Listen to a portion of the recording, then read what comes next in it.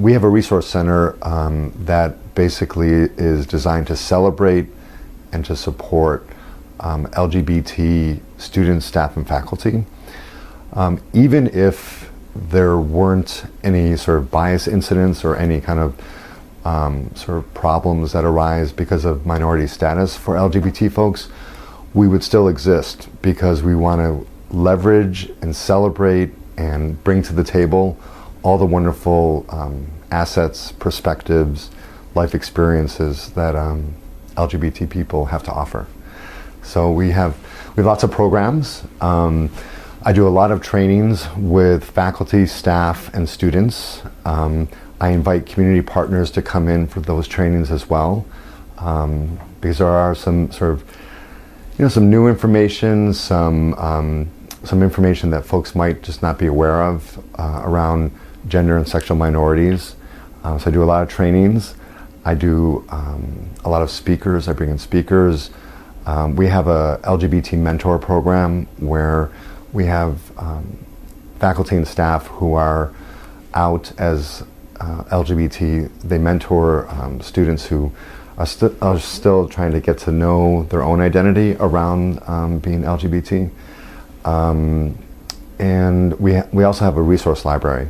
The George Washington University has a very, I think, cosmopolitan student profile. So a lot of the students who come to GW come from large urban centers, from New York, from other large cities up and down the East Coast of the United States. And so many of them who are coming out or who are already out as LGBT are very proud, and they have expectations that are almost generation-based, where they just say, I am who I am, and I'm going to celebrate and be who I am with my friends and with my family. On the other hand, we definitely have students that come to us who don't have that luxury of a supportive and open family environment. Even though we have a lot of very empowered students at GW, unfortunately there's still students that don't have the support of their family, they don't have the support of their friends. They're still trying to navigate and figure out exactly who they are around their sexual and gender identity, and we're there to help them out and to listen and to connect them with resources. It's very interesting. I'm actually doing a presentation on making a workplace LGBT friendly here during my time in Spain, and I think that trying to have, first and foremost, policies and procedures in place that make it clear that diversity and inclusion is a value of the institution is essential. So once you have a non-discrimination policy around sexual orientation and gender identity, that's sort of the starting point.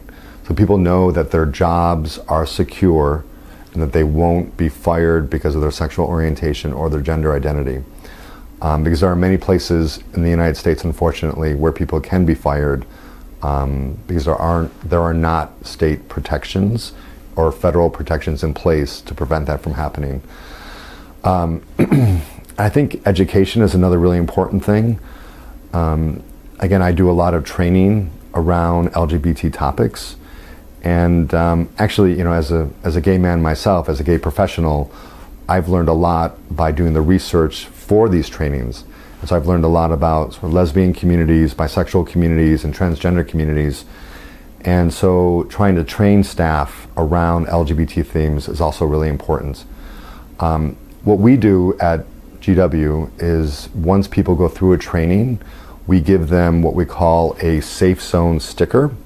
And the sticker is designed to basically symbolize that someone with intention has said, I really want to celebrate and live out in the workplace my values around diversity and inclusion.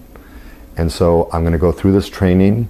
I'm going to take the time out of my very busy schedule to listen and to engage and to share my own experiences around knowing someone who might be LGBT. And I'm an ally. For me, service is such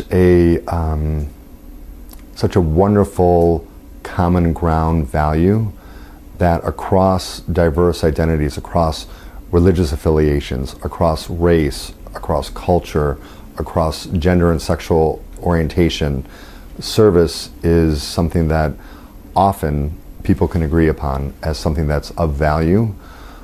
We all want to improve our communities. We all want to have safe places for our children to go to school.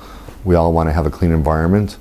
And so I think that civic engagement, if done well, can be one of those wonderful sort of shining stars around community empowerment.